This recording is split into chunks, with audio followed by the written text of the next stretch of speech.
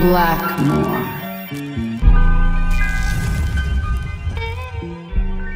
What is up, y'all? Blackmore here, back at you with another History Behind the Fighting Styles Street Fighter Edition.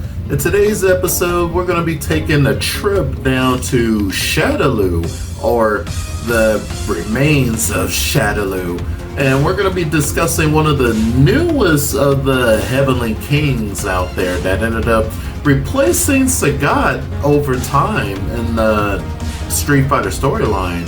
And this particular king out there is going to be giving you a double dose of poison, if you will. Yeah, it's time that we finally sat down and discussed this oddball of a character, but to me, there's a certain charm to him, no matter how obscure and odd he is. Ladies and gentlemen, the one and only Fong. 2 minutes. I'll finish you in 2 minutes. Bro has to beat it for EX splash kick. You have to be careful. Got hit by the trap for a second. Stopped.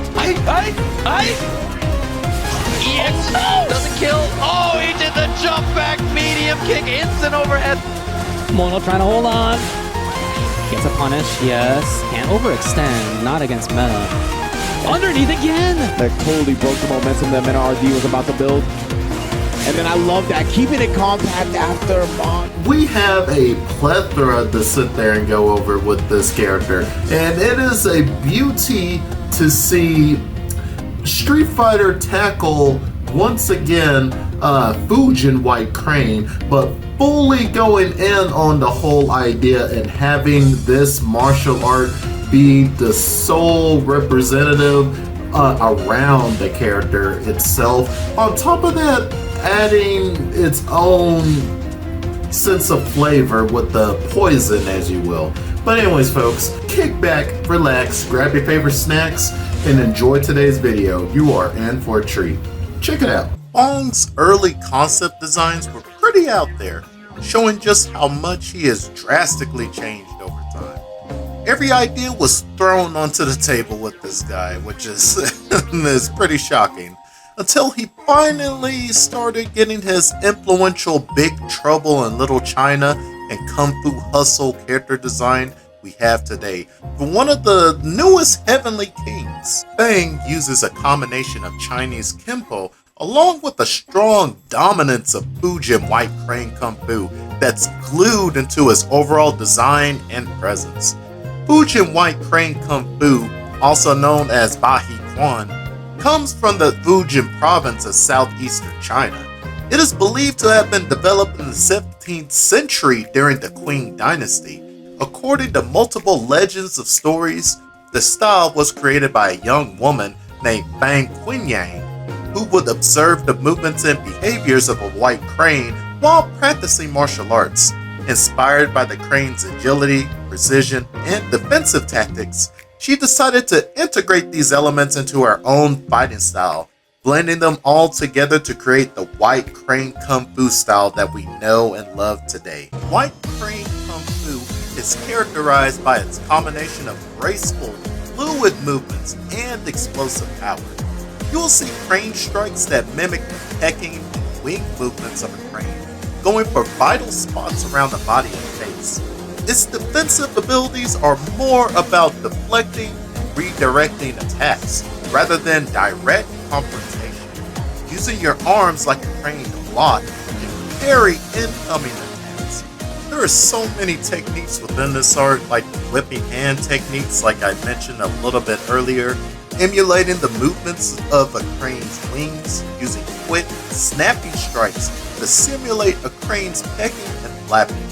There is sticky hands, and this technique focuses on maintaining constant contact with the opponent's arms to sense their movements and intentions, allowing for effective blocking and countering. You'll see plenty of sweeps and kicks in this style, mainly to target the opponent's legs or head.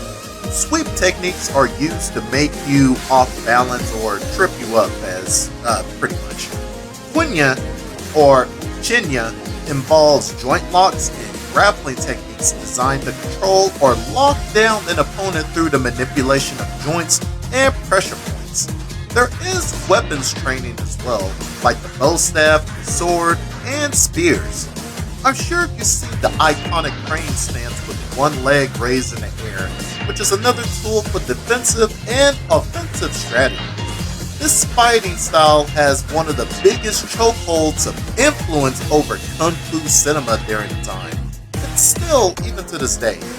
Bruce Lee has incorporated some of the defensive elements of this style into Jeet Kune Do. To my kung fu fanatics, I'm sure you've seen plenty of Shaw Brother films using Fujin white crane and several different films out there, along with the infamous Karate Kid film.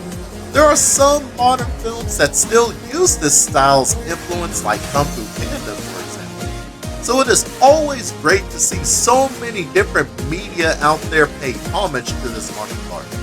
There are still many different traditional martial arts schools in China and Taiwan that continue to teach white crane Kung Fu, preserving its techniques and philosophy.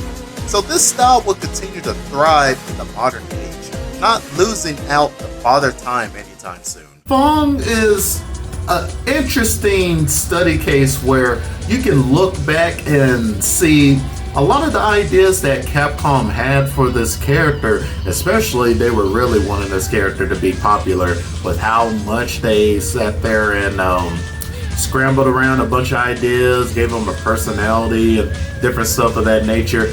Not every character is gonna make the cut out there to the general public. Maybe to a few of us out there, and I will say, as much as I really didn't play Fong like that, there was a certain charm to him that I actually did enjoy.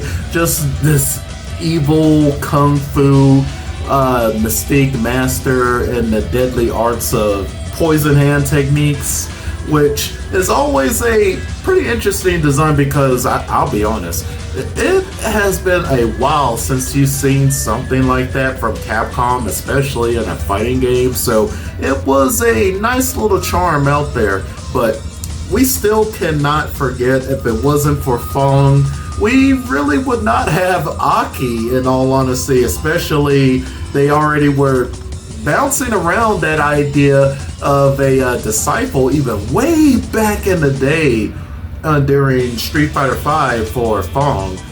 So it is always a interesting premise when you look back at this character, and even just seeing him make his return in Street Fighter 6, which I'm quite surprised this man is actually alive after what happened in the Shadow Falls story mode of Street Fighter V. So it is quite interesting to see Fong just running around in the world of Metro City still, but I digress.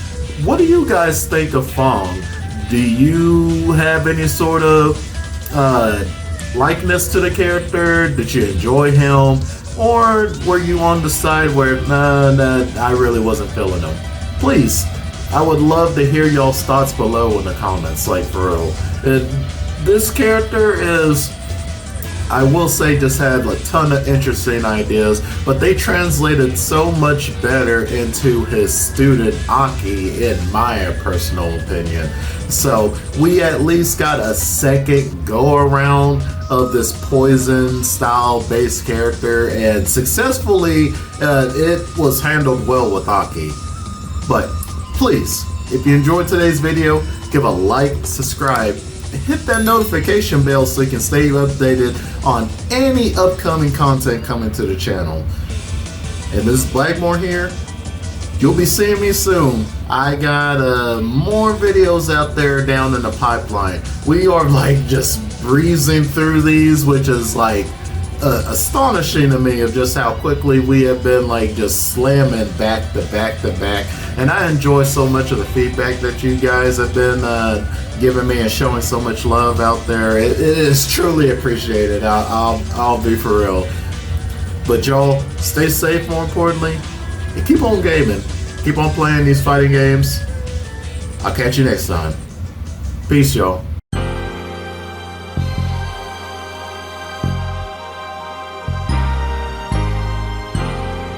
The study of kung fu fighting is ongoing. Don't ever hope to master all of them. so be careful.